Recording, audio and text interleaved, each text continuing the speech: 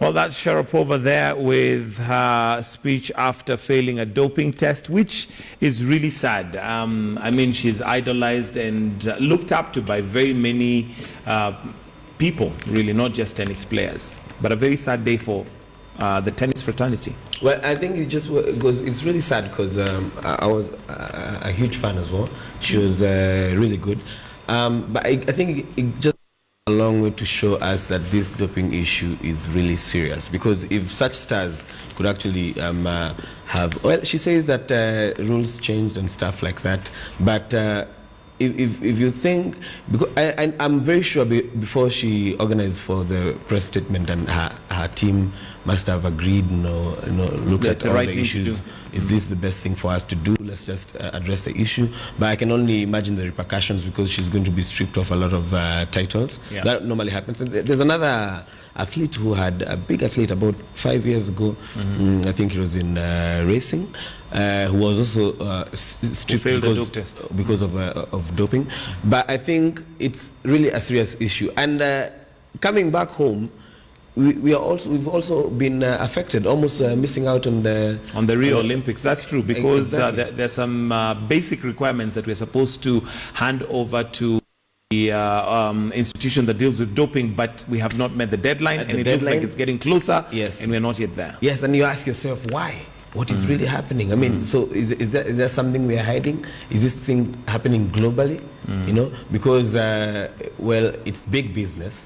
It is big business, because once you make a star and you're the one who's been supplying this, and because I'm sure by the time they're doing the doping test, then there are people who come up with tricks of how you evade being how you can get away with it. Exactly. But I think also to get a positive out of what has happened there is her maturity, even to come out and just speak about it. Yes. I don't think she had an option. Admit. I don't think she had an option.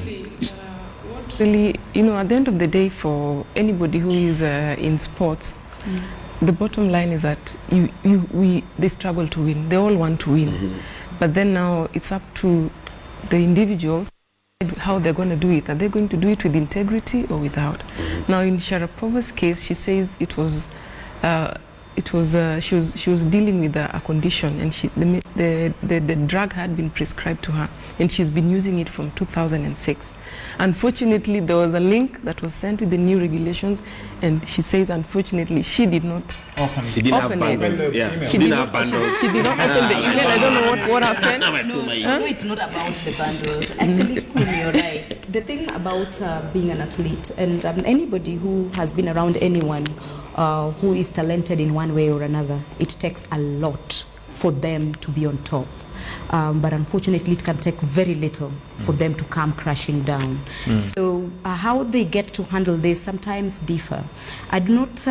We all cannot sit down and castigate her and say she took drugs, because sometimes what I've seen even sometimes when you read about, you'll find that it's a normal pill that like some other people can actually take. Yeah. But now they cannot take it because it will stay in the blood, or it can aid in something else. Have you ever been unwell and then you go to the hospital and then there's a drug given to you, and then you take time, because maybe you're bored or something, to read side effects and what it probably does. Maybe it will enhance your ability to listen, or do this or do that, which sometimes not true. But having said that, at the end, the thing is, somebody like an athlete or a sports person like Sharapova is at a very high level. Yes, she has doctors, she has advisors. I'm sure even before she goes to the clinic.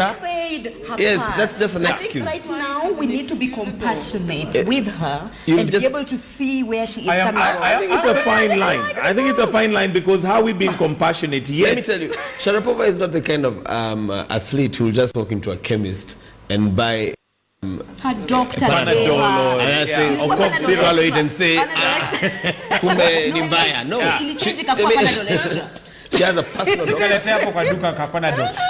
But again, honestly, I sympathize with her. Yeah. Looking at how she just came out and said, this is it, and guys, my fans and everybody, sorry for this. And if she's been using it all this time, and before September, because I think that's when the release was given, the one that she claims and her people never read to advise her.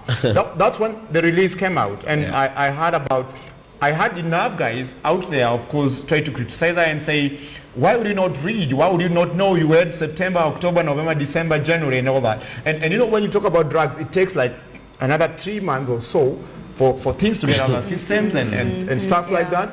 I really sympathize if this was a drug she's been using all this time, and previously it had not been banned.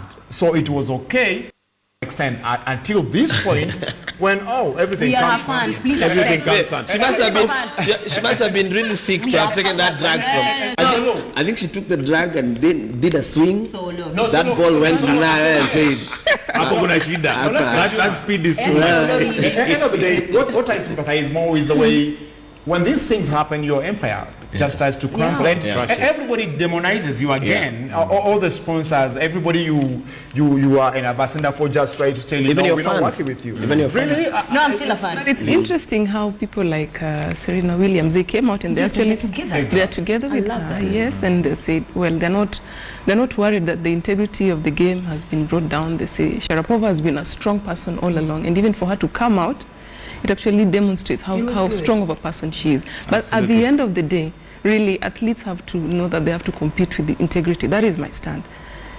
Yeah.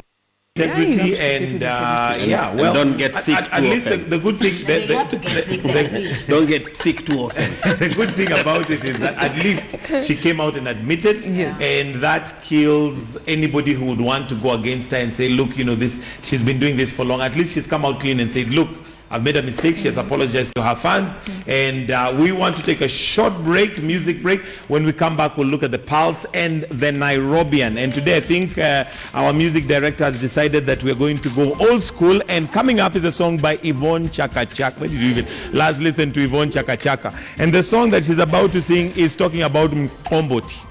I don't know if you guys can pronounce that. Mkomboti. In the morning. I'll tell you something about We are the doing song. Mkomboti in the morning. No, tell me about it so that when I listen to it, at least Mkomboti. That song used to be those LPs of the black little thing, and as we were growing up, Christmas Day was about to go to our uncle's place and party, and they used to play that. So I used to think it's a Christmas I know. Oh my God, Steven. because we used to dance a lot. Now we know where